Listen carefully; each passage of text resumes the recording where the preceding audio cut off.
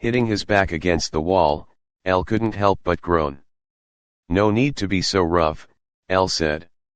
In front of him was a familiar face marked with a smirk. A face so heavy with makeup so L felt like he was looking at his own face. "I'm sorry, did I hurt you?" Beyond said mockingly before grabbing L by the neck. L felt his fingers close on his throat, starting to choke and his eyes starting to water.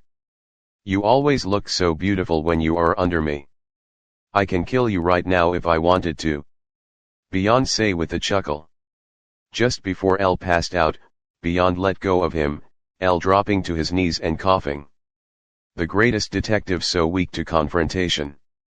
It's laughable," Beyond said. L looked up. "Says the one who hides behind the face of his admirer. Rather silly. If you truly love me, Beyond, let me see your face," L said. Beyond's smirk came off his face, taking a few steps back. "Fuck you, L. Never. Why would you want to see such a face?" Beyond yelled. "It's the face of a friend," L said calmly. Beyond growled. "I'm not your friend," Beyond said lowly before walking out. L watched him go, not stopping him. Such an immature child. L got up and rubbed his throat. "Beyond. He'll be back. And L will be ready." But in the meantime, L had something more important to tend to. L picked up his phone and called Wattery. "Wattery, I'm done with business. You can pick me up." "No, I'm not hurt. He didn't have the courage to hurt me quite yet," L said. Then he walked away from the darkness with a smile. His Beyond. He'll be back. L stood in a dark room in the Whammy house. The sight of Beyond huffing in front of him was a sight he never thought he would see, but it was expected. Beyond was upset with L. After the Kira case and faking his own death, Beyond was furious. "How could you scare me like that? I was worried for you and I only found out after Mello died. And Matt? Fuck you," Beyond yelled. L sighed. "You tried to kill me as well. You should have been happy," L said. Beyond balled his fist, his jaw clenching. "You don't understand," Beyond yelled. L put his hands in his pockets, ignoring the tears streaming down Beyond's face. "Then tell me," L said. Beyond didn't know how to word it and refused to try.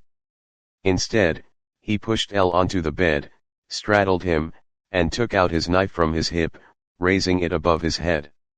"You don't deserve to be called a detective. You're horrible. A loser," Beyond cried. He came down with the knife, his eyes looking dead into L's eyes, and caved. The knife stabbed beside of L's head. He leaned forward, laying his head onto L's chest.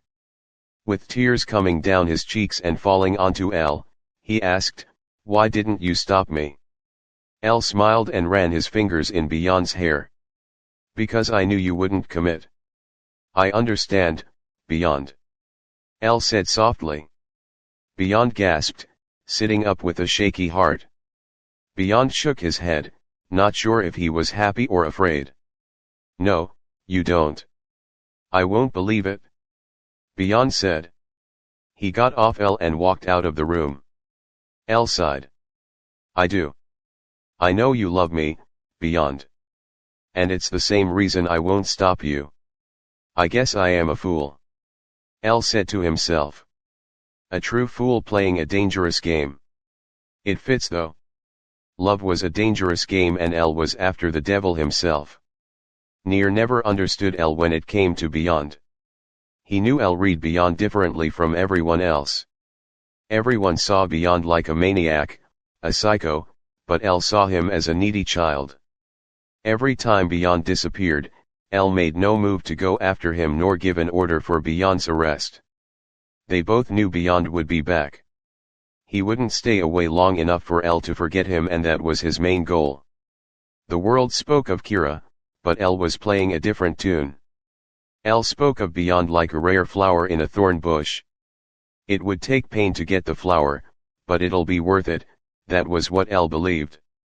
So Nier wondered why, even as L looked at Beyond with a gun pointed at his head, why do L let him have his moments?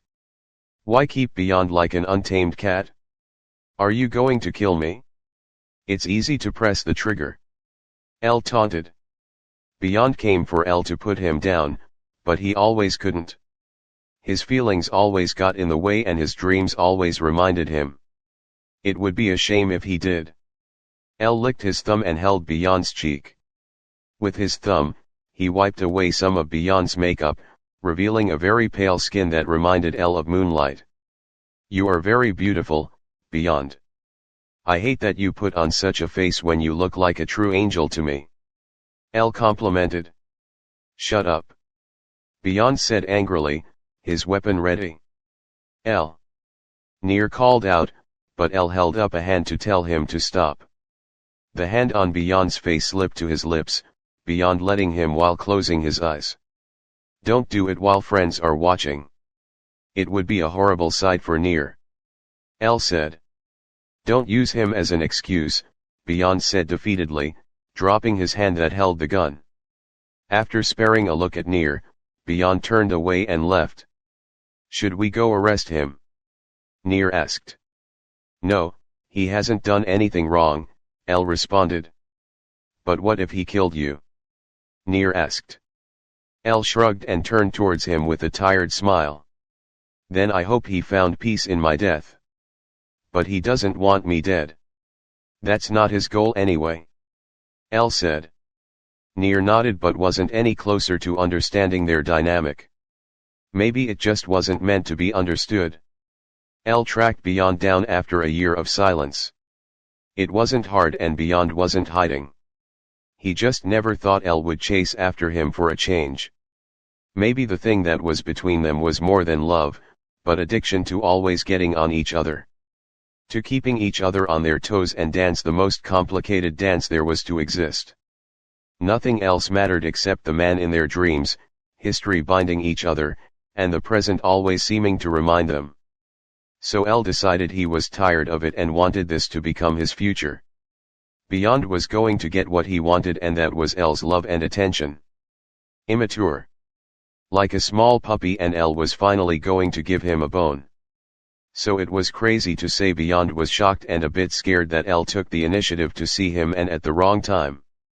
His black hair damped and not fluffed up yet, his red eyes innocent at the moment, his skin like a pale moon in the night sky, and his lips as pink and precious as L imagined. Such a pretty face. And that why L took him that night, caving into his carnal desires. Beyond crying with tears, but hands keeping him close. L memorizing Beyond's body inside and out, his lips kissing the body that begged for him. L marked his body with small bites and hickeys, Beyond relishing in the pain and pleasure it gave him. Tonight, he felt full and it felt amazing as L's cock slipped in and out with hardly any mercy. He deserved it? Beyond. Beyond had his arms around him, afraid it was a dream. The feeling of his heart racing in his chest no longer beat in pain or fear. L reminded him with every sweet nothings Beyond refused to believe, but L abused his prostate too much to allow him to self-doubt. L. Beyond cried, clenching around L's cock the closer it came to climaxing. So L kissed him, eating up the moans that with sweeter than cake, taking the pain of Beyond's nails digging in his back, the clenching of Beyond whole. Beyond couldn't kiss any longer, letting his moans echo in his bedroom, his body arching, L kissing his throat before groaning. Beyond felt L come in him, a very nice feeling and proof that this was reality. No more running from love, no more fearing rejection, no more fear of being forgotten. L was willing to give him the attention he wanted, and Beyond wanted more. I'm not done yet, he said, flipping L to his back. L chuckled, looking up at the beauty he was going to call his. Beyond, who mistaken love with fear and hate for L, now knew what he wanted and can finally get it. Go ahead. I'm all yours. L told him. Beyond smiled. Yes, you are,